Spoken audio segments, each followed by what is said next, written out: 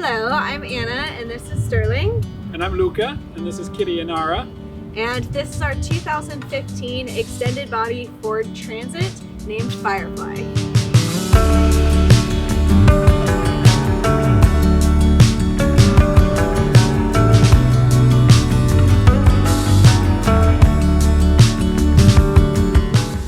So this is the kitchen area right here. The counters are all black walnut that we did with epoxy. It was pretty difficult if this is something that you're thinking about doing, putting epoxy in your van. Just keep in mind you have to keep things like perfectly level, all the little dust specks that get in van. It can be difficult to get the epoxy to set, but if you can, it makes this beautiful, shiny, nice countertop. So the faucet head here spins out and becomes kind of like a little extra shower thing. So if I'm really sweaty after mountain biking or something, just feel really gross or the dog's really gross, then I can just use this to spin out and become that little extra shower head. Then the sink here lifts up. This is our cutting board. And the sink, one thing I really wanted to do with the sink is make it very deep. You'll see a lot of RV sinks are just these tiny little things that you can't really fit anything in, and this sink is really deep. So that was important to me. So if I'm lazy and I don't want to do dishes right away, I can just stick them in there. Moving forward into here, we have all of Toiletries, everything in there. You'll see a little mirror on this side, and then paper towels. Down here we have a little drawer that slides out. This has all the dishes, silverware, kitchen accoutrement in it. Down here is the fridge freezer. It's a winter 65-liter fridge and freezer combo. It was really something I just desperately wanted, was to have a freezer in here. I get really lazy about cooking, particularly when I was traveling solo, and so just having some ready to eat easy meals right in here was awesome. So the fridge freezer, one of my favorite things, it comes out on a sliding drawer that locks. Then when I go in, it just locks back in, and this has worked great around corners, everything like that. Another thing in the kitchen that was really important to me, kind of as, something that I hadn't had in previous builds that I really missed, was my oven. So this oven has just been huge for me. Also, you can see up here, Sterling really likes laying on it. So that's a little extra perk for him. But the oven has been great just to get me to cook a little bit more. It also has a 3-burner stove up on the top. Down here is where all the pots and pans are. I have little clips on all of my door handles. And then down here, pots, pans, different baking ware, all of that is down in that corner. In this drawer here is where my sink goes down. I don't have a gray water catchment. So instead of doing that, I put a bucket down right below the van, and that catches the gray water, and then I just disperse it before I leave. So if I'm just doing a quick, hand wash or whatever, it just goes out the bottom of the van. I did this because in previous build, I had a gray water tank, and I found if I was out in the middle of nowhere and all of a sudden my gray water was full, now I had 10 gallons of gray water that was disgusting and I had to do something with, and so I'd either have to completely leave the back country or dump it, find somewhere to dump it. This is a bar, so under here I have a blender, a soda stream, any drinks that I like. Right now we have non-alcoholic whiskey in here, which is weird, but it's there. And then, use it as extra pantry storage as well. Obviously, when Luca moved into the van, all of a sudden I needed a lot more pantry space, so that's what this is kind of used for as well. There's also a little magnet on here, so when I put it up, then it can just stay up with no hands on, and you can just go into the bar. So with the kitchen, you know, when cooking, it's nice to have a little bit of extra light. So I have this light right here, which is a nice orange light, which at night I put on my fairy lights that are all above and this light, and it creates a nice like ambiance in the van. And then here is my propane heater. So I use a Propex. It's a dry heating system. So unlike other propane heaters, you don't need to crack a window or anything, and it won't cause condensation in your van. So this is the spice rack here. A lot of people use like magnetic spices, but for whatever reason, I just love using like a real spice bottle when I'm cooking. So I put little bumpers on the sides of the spice jars here so that the glass jars wouldn't bang against each other too bad in this spice rack. Up on the pantry here, just food, whatever in this, but wanted to talk a little bit about the color scheme. I used sage paint. I built the van in Colorado and would just stand outside of the van and look, and I had the mountains with kind of the blue there, the sagebrush with that green, and then, you know, the trees and everything. So that really influenced my color scheme of the actual van, was just a lot of natural woodsy colors.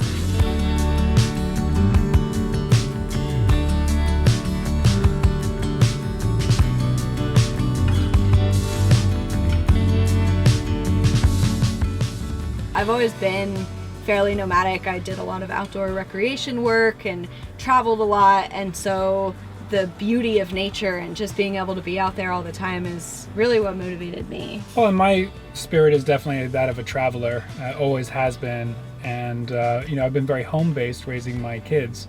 Now they're gotten older, and then Anna comes along in a van, and it just works out perfectly. I don't really find myself missing much in the van, probably after, you know, spending a year and a half on a sailboat. It's a very similar kind of lifestyle. Maybe having separate bathrooms sometimes could be good.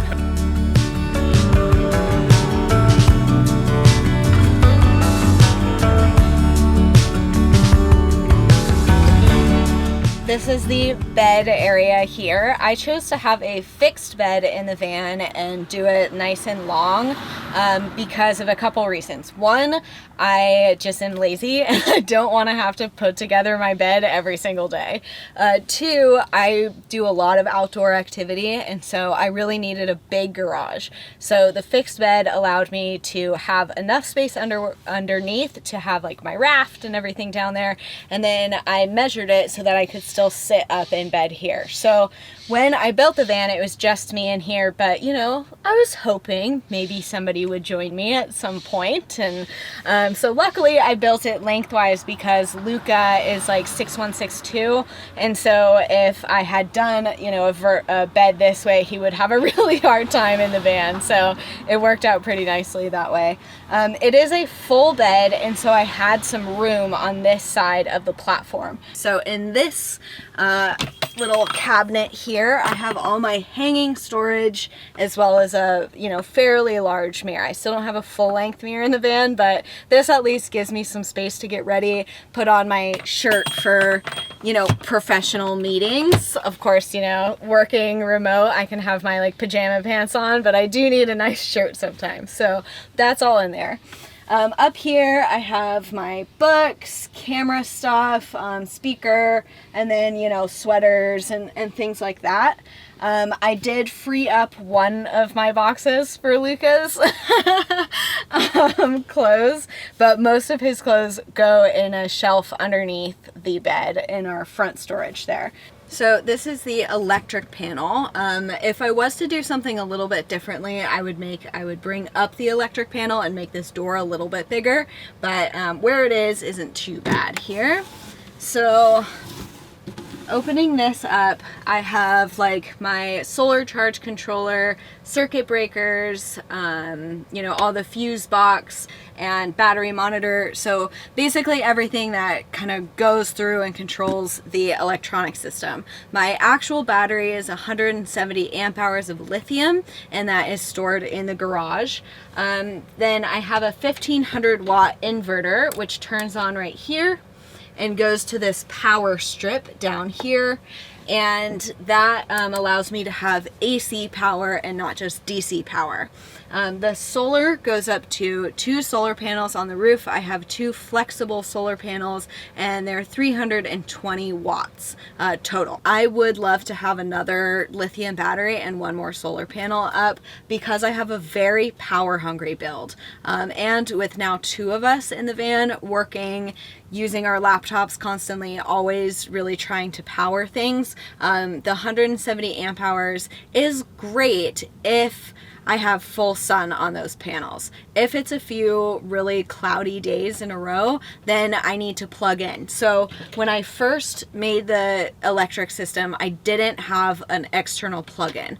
That was one of the first things that I changed after living full-time in the van. So I can plug in on the outside at like a campground, something like that, and it helps me fully charge up my battery again. So one thing that does help with having such a power hungry build and not having quite enough battery power is having an external power bank. This is the Pecron 600 watt.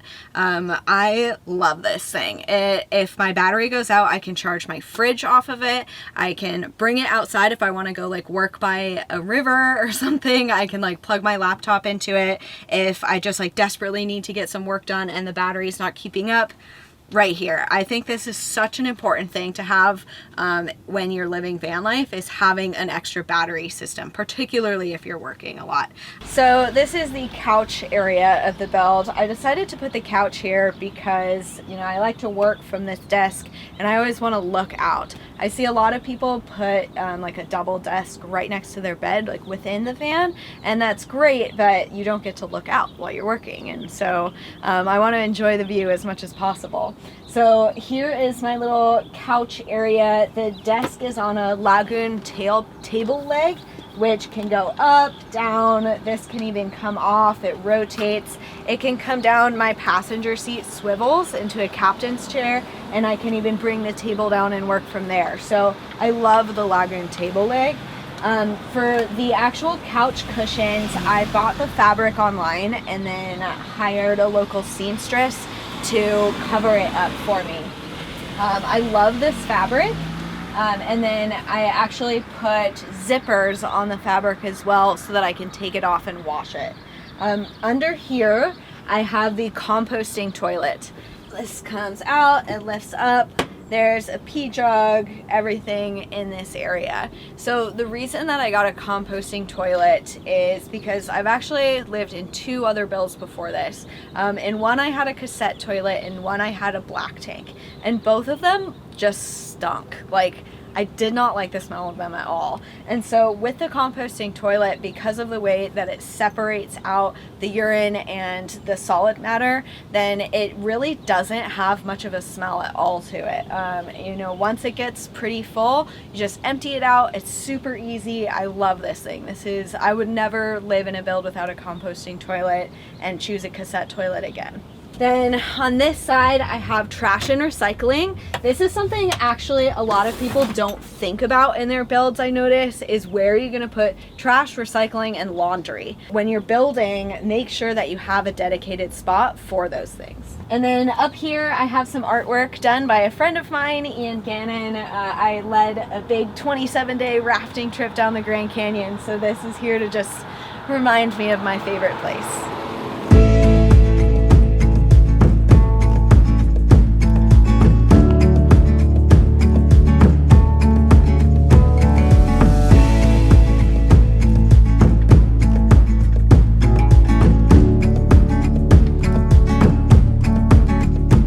When we do need our own space, we're pretty good at communicating that with each other.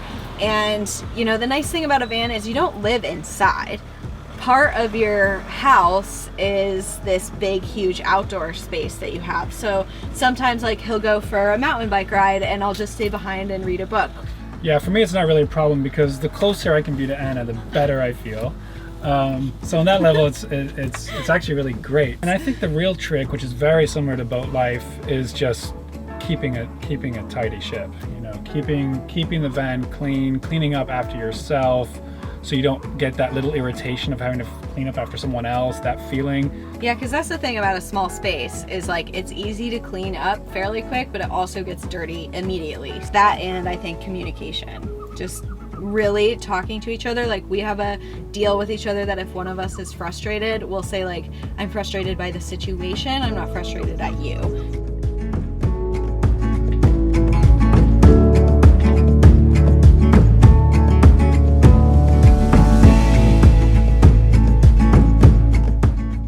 So the trailer is just big enough for the motorcycle in the middle, the 2 mountain bikes on the side. All we needed to do was add a through fork mount on either side so that we could get the bikes up there. It's all chained in. It's got triple locks, so basically we've got a lock on the hitch mount, a lock on the hitch release, and then we've got locks on the bike and locks on the bicycles. So it would take someone a while to take these. So really good having such a small trailer. It's very light, it's very maneuverable. It's a little bit tricky to manage and maneuver and steer because it has such a short neck. The other thing that's really cool about having the motorcycle is we can scout much easier. So let's say we're on rough terrain, or we're going into a forest, or we're going into uncertain territory. It's easy to pull off the motorcycle, go and scout, find the spot that we want to come back to, and then know what we're going into, instead of sometimes just kind of driving into the unknown. We're like, is this going to work? Is this road going to be okay? Whereas here, we can just blast through and check it out. So this hitch is perfect because we can open. So Anna did a great job designing this because it's a post and lintel system. So it's got 3 posts that run down the side on either side, then a middle beam, and then a series of cross beams. There's nothing in the middle, so it gives it a lot of space. Structurally very sound. So as I said earlier, I chose a fixed bed so that I could have a lot of garage space because I have a lot of outdoors gear. So you can kind of see it's like pretty packed in there. I have a raft, an oar frame, climbing gear, mountain biking gear, motorcycling gear, camping gear, a huge bag of costumes because don't leave home without a huge bag of costumes. I have 20 gallons of water here in the back. I chose to put it on this side because I had a lot of like other stuff being built on this side, which just seemed heavier. So put the water right here. It's great to have 20 gallons. I hardly ever run out of water. Also back in this area, I have a vented propane locker and my battery and inverter.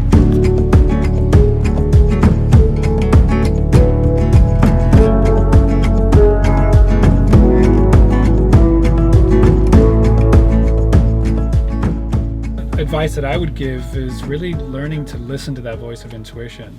Whether it's about which direction you're going or where you're parking at night or what road you're going to go down, is really having a very active relationship with intuition and the spirit of adventure. Because ultimately, if life's not an adventure, that's why we choose this lifestyle, is to be on an adventure and to enjoy the open road and the mountains and the forests and the hills and the deserts. So really kind of open up to the great unknown.